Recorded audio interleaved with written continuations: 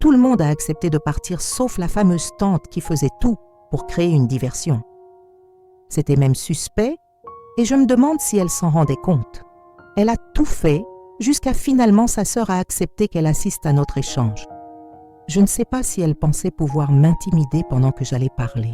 « Maman, si je me suis mise à genoux quand je suis arrivée devant vous, ce n'était pas pour demander pardon, parce qu'une demande d'excuse ne serait pas suffisante, mais c'est parce que le poids de mon péché pesait trop lourd sur mes épaules.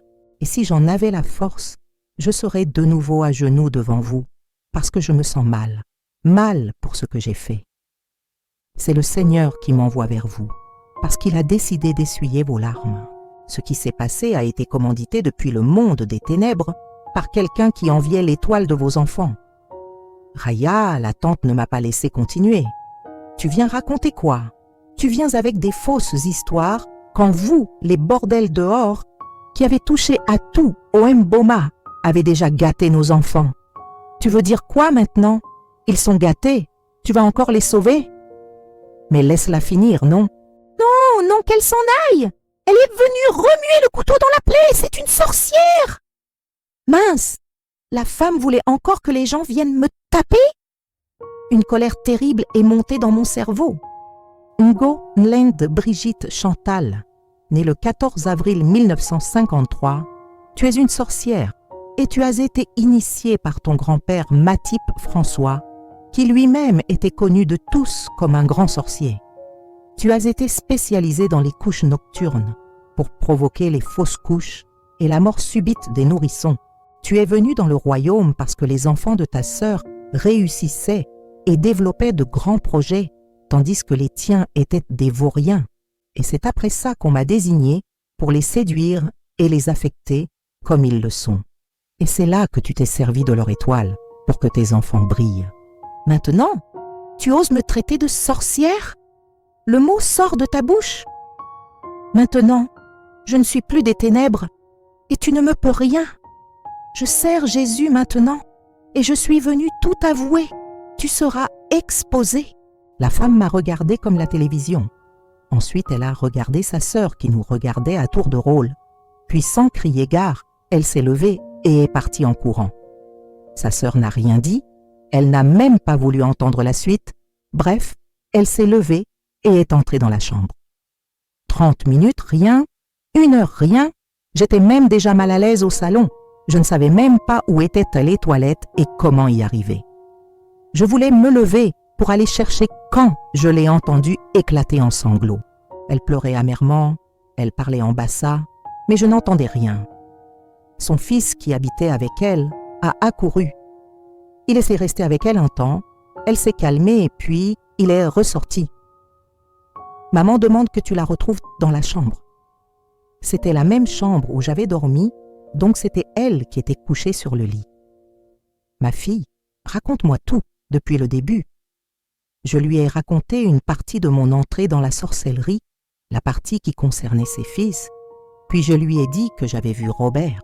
Elle a sursauté. Où? Depuis on le cherche, rien. Son frère vient à l'église tous les dimanches, il m'attend à la porte. Il prend son paquet et rentre en brousse. Je lui ai dit où était Robert et je lui ai dit que Dieu m'avait envoyé pour que la situation soit réglée. Mais je ne sais même pas ce qu'il attend de moi. Mais si Dieu t'envoie, c'est que lui-même sait ce qu'il va faire. Hé, Dieu, tu as enfin entendu mes prières. Merci, merci, merci. Je vais retrouver mes garçons. Hé, ha. Elle s'est mise à chanter des cantiques en bassa. La foi de la femme-là était terrible. Voilà le genre de foi que Dieu cherchait. Le genre qu'elle entend seulement une rumeur de restauration. Elle croit au point où elle rend grâce à Dieu. Moi-même à qui Dieu a parlé, je cherchais encore le comment du quand. Elle pensait que j'allais rester là avec elle, mais je ne pouvais pas. J'avais juste profité d'un jour férié et du long week-end pour venir la voir. Et on était déjà samedi soir. Je devais préparer ma semaine. Maman, il faut que tu sois vraiment en prière ces jours-ci, car ce sera difficile ce qu'on va faire, mais on va réussir parce que Dieu l'a déjà prouvé. Ah bon? Tu as déjà fait un truc comme ça? Maman, Dieu m'a fait retourner chez toutes les personnes à qui j'avais fait du mal pour inverser la situation. Donc si tu as la foi, on va réussir. Mais sois vigilante en ce qui concerne ta sœur. Quand je pense qu'elle était près de moi à me soutenir quand les enfants sont tombés malades, je n'arrive pas à croire qu'elle ait pu. Ce qui me fait un peu croire, c'est que après ça, ces enfants sont devenus de grands chefs d'entreprise, alors qu'ils étaient de simples charpentiers et secrétaires dans des petites sociétés de la ville. Oh mon Dieu, c'était ma seule sœur qui me restait. On a perdu tous nos frères. C'est la sorcellerie, maman. Elle connaît beaucoup de choses sur les morts de votre famille. Elle et 2 autres personnes qui étaient là ce matin, ce sont tous des sorciers. Avant que je ne parte, elle m'a tendu mon sac qui était tombé pendant qu'on me tapait, mon téléphone et un baume pour me masser. Je suis rentrée et j'ai passé toute la journée de dimanche couchée à la maison. J'avais mal partout. Lundi même, j'ai dû m'excuser pour un problème de maladie, car je n'arrivais pas non plus à me lever. J'ai appelé le pasteur pour avoir des nouvelles de l'enfant. Il a enfin décroché. Pasteur, bonjour, c'est Maïra. Ah d'accord, Maïra, ça va? C'est ton numéro ici? Oui, ça va, je venais aux nouvelles. Est-ce qu'on a retrouvé Manuela? Non, mais je crois en Dieu et je sais qu'il saura venir au secours de notre pauvre foi. Il va nous sauver de la détresse. Je lui avais pourtant dit de s'en occuper elle-même, mais vous les femmes, vous êtes très têtues. Je prie qu'on la retrouve, Seigneur, et que mes ennemis ne lui fassent pas de mal. Ils ne pourront pas car elle est sous ma couverture. Bon, allez, j'ai des occupations. Pasteur, attendez, ne raccrochez pas. Oui, Maïra, parle un peu vite. Et qui est, pasteur? Je ne pouvais pas imaginer que vous auriez un tel comportement envers moi. Cet enfant, c'est moi qui vous l'avez donné volontairement. Je vous ai partagé mon témoignage. Aujourd'hui, vous êtes célèbre grâce à un livre basé dessus où vous n'avez même pas hésité à mentionner mon nom, ce qui rend l'accès à cet enfant facile. En plus, vous prenez des airs et ne jugez plus nécessaire de m'aider. Qu'est-ce que ça veut dire? Il semblait distrait puis « Allô Maïra, je te rappelle, j'ai un appel important sur l'autre ligne. » Mince, quel choc! J'ai essayé de dominer ma colère pour pouvoir prier. Je trouvais la réaction de ce pasteur égoïste et injuste et je me suis plainte chez Dieu. Beaucoup de pasteurs chutaient à cause de l'orgueil et de l'égoïsme. Il fallait être très humble pour être utilisé par Dieu et c'était très important. Pour les fils de la maman, j'ai pris un programme de prière soutenu par maman. Il fallait que leur étoile leur soit restituée et que la malédiction de folie soit ôtée.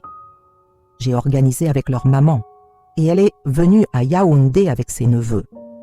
Ils ont pris Robert où il se cachait souvent à Warda, pareil pour Hervé. Elle les a fait rentrer à la maison. Pour un départ, ils étaient attachés pour qu'ils puissent toujours être dans l'atmosphère de la prière. Ces pasteurs venaient tous les jours prier et elle me disait que peu à peu ils se calmaient, l'esprit de la folie en eux faiblissait. Je maigrissais de jour en jour parce que je me demandais bien où pouvait être Manuela. Quand je demandais à Dieu, c'était le statu quo total, le silence. Il ne me parlait que de la situation des fils. Une nuit, j'ai rêvé d'un grand combat que j'ai eu avec la tante Ngon Leng qui avait volé les étoiles des garçons et l'Éternel m'a demandé de me lever et de commencer à prier pour récupérer leur étoile. Cette nuit-là, je n'ai pas dormi. Toi, Ngon Leng, j'annule ta malédiction dans la vie de Robert et Hervé. Je remets leur étoile que tu as volée par le feu. Au nom de Jésus, je les libère. J'ai prié toute la nuit. Je me suis endormie vers 4 heures du matin pour me lever à 7 heures pour aller au travail. Quand je rentrais, je pensais pouvoir me reposer, mais cette nuit, Dieu m'a encore demandé « Prie toute la nuit pour la libération des frères. » J'ai encore recommencé. J'étais fatiguée, abattue. Je voulais le supplier de m'aider à retrouver ma fille, mais il ne gérait au terme de la semaine. J'étais tellement épuisée que je suis même tombée à mon lieu de service et on m'a ramenée à la maison. Pendant que je me reposais, j'ai fait un rêve où je voyais des bandits arriver chez le pasteur Merlin et je les ai vus braquer et les violenter, surtout sa femme. On la déshabillait. Je me suis réveillée en sursaut. J'ai lancé son numéro de téléphone pour l'en avertir, mais ça sonnait une fois, après ça ne sonnait plus, plusieurs fois comme ça. J'ai essayé sa femme, elle n'a pas décroché, j'ai même envoyé le message « Rappelez-moi très urgemment », rien de rien. En essayant le lendemain avec un autre numéro de callbox, j'ai constaté qu'il m'avait bloqué, et quand il s'est rendu compte que c'était moi, il a raccroché. N'est-ce pas, j'ai laissé, même si je ne savais pas si finalement on avait retrouvé l'enfant. Le dimanche de cette semaine-là, je suis allée à SK dans l'après-midi. Cette maman m'avait invitée pour un temps de prière sur ses enfants. Comme depuis, moi je priais seulement à distance. Elle se servait bien des informations que je lui avais données, et elle était avec une maman pasteur aussi. On a prié pour que le Seigneur intervienne. Elle a prié que Dieu restitue l'intelligence de ses enfants, l'étoile de ses enfants, et que celle des enfants de sa sœur leur soit retournée. On priait comme ça, comme les blagues quand sa sœur a débarqué. Elle est entrée et a directement cravaté la maman de Robert. « Tu me veux quoi? Tu veux quoi à mes enfants? Arrête tes prières, là, tout de suite, je dis bien tout de suite. » Sa sœur l'a aussi cravaté. « Chantal, je n'arrête rien. La folie que tu as lancée à mes enfants, là, ce sont tes propres enfants que ça va attraper. » C'est comme ça qu'elles se sont maîtresses en bassa là-bas, puis finalement, on les a séparées. Chantal souffrait et ça se voyait. Sa sœur ne faisait qu'appuyer. Toute personne qui a mis la main sur mes enfants, Dieu le juge aujourd'hui. Le châtiment de Dieu est son partage. Même si c'est toi, Chantal, je te retourne ça. La fameuse Chantal aussi n'arrivait pas à partir de là, je ne savais pas pourquoi. Elle ne faisait que crier « Je n'ai rien fait, ne prie plus contre moi, ne prie plus contre moi !» Les gens s'approchaient petit à petit, et moi, j'étais un peu tenue à l'écart. Dieu n'avait pas prévu m'impliquer car je voyais bien que cette maman voulait elle-même reprendre sa spiritualité en main. Là où j'ai compris que les choses de Dieu sont des mystères, c'est que les autres forces des ténèbres n'ont pas accouru, je ne sais pas pourquoi. Il s'agissait dans cette bataille de cette femme et sa sœur. Les gens du quartier étaient là comme des spectateurs. On est venu pour tirer Chantal, pour la ramener, mais elle a refusé. Je ne pars pas. Je vais montrer à ma sœur que je n'ai rien fait, que mes enfants n'ont rien fait à sa part. Elle signait, là pendant la prière, lançant les mots. Tu croyais que quoi? Que ce que tu faisais là allait me faire quelque chose? La maman de Hervé et Robert ne la gérait même pas. Elle ne faisait qu'élever la voix. Mes enfants sont libérés. Mes enfants ne doivent rien à personne. Seigneur, libère-les. J'ai attendu ce moment pendant longtemps et voici le moment. Je savais que tu ne pouvais pas m'abandonner. Tu n'as pas abandonné Anne. Tu n'as pas abandonné Esther. Tu n'as pas abandonné Dorcas. Ne m'abandonne pas. Fais-le maintenant. Expose mes ennemis. Montre à ces gens que tu es le Dieu vivant et que personne ne peut toucher à tes enfants sans représailles. Ton heure est arrivée. Ce qui a attiré mon attention, c'était que même après une heure, ça faisait comme si rien n'allait se passer. Ce n'est pas dans tout que les choses devaient bouger comme on voulait devant nos yeux, mais Dieu a sa façon, selon son omniscience, de gérer les situations. À un moment, un coup de fil a failli nous perturber. Dans le cabas de Chantal qui ne cessait de se moquer de sa sœur, le téléphone a sonné. Au lieu de décrocher, elle continuait. « Regardez-la, je t'ai lavé, je t'ai élevé, je t'ai aidé quand ton mari te chassait et tu n'étais qu'une vendeuse sur la route. Maintenant tu viens m'insulter. Qui a lavé tes enfants bâtards quand tu les accouchais? Tes fils ont mis les mains dans les sectes dehors et tu viens m'accuser. Pris même 1000 jours, on va voir, n'est-ce pas, on est là depuis. Akka qui dérange les gens avec les appels. » Elle a rageusement enlevé son téléphone et est sortie pour décrocher. Le cri qu'elle a poussé là-bas dehors, instinctivement, j'ai poussé le jeune garçon qui vivait avec la maman. Il était à côté de moi. Je le poussais d'aller regarder ce qui se passait, mais ça a permis qu'il se retrouve devant sa maman quand la sorcière est revenue. Elle a rendu mon fils fou. Elle a rendu mon fils fou. La maman était imperturbable. Elle priait tellement concentrée qu'elle transpirait partout. C'est comme si elle n'était même plus avec nous. Les larmes aux yeux, elle parlait. Elle a encore reçu une autre nouvelle. Un de ses enfants encore a attrapé la folie. Puis un autre, en quelques minutes, on l'appelait de partout pour lui dire que ça n'allait pas. Elle est sortie en courant. Pendant ce temps, j'ai entendu le Seigneur me demander de passer dans la foule et de toucher 2 personnes qui étaient côte à côte. Un garçon et une fille que je ne connaissais pas. Je devais les toucher comme si je passais par hasard.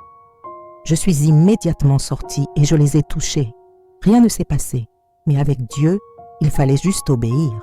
Comme je venais de sortir, j'ai décidé d'aller derrière comme pour me soulager, sinon ça allait faire bizarre que tu sors et tu entres là. Quand je contourne, j'entre tout de même faire pipi aux toilettes, j'entends du bruit dehors. C'était le derrière de la maison. Quand je veux envoyer ma tête pour regarder, je vois Chantal avec une machette bien limée des 2 côtés qui essaie d'entrer par la fenêtre où Robert et Hervé étaient gardés attachés. Je sentais comment elle était décidée à les découper. J'ai vite remonté mon slip, renvoyant le caca qui menaçait de sortir, et je suis sortie. J'ai seulement vu le reste de son corps qui disparaissait de la fenêtre. J'ai crié de toutes mes forces, mais qui pouvait m'entendre? Le temps de rejoindre la fenêtre, c'est sûr que la femme découpait même déjà les enfants d'autrui là-bas.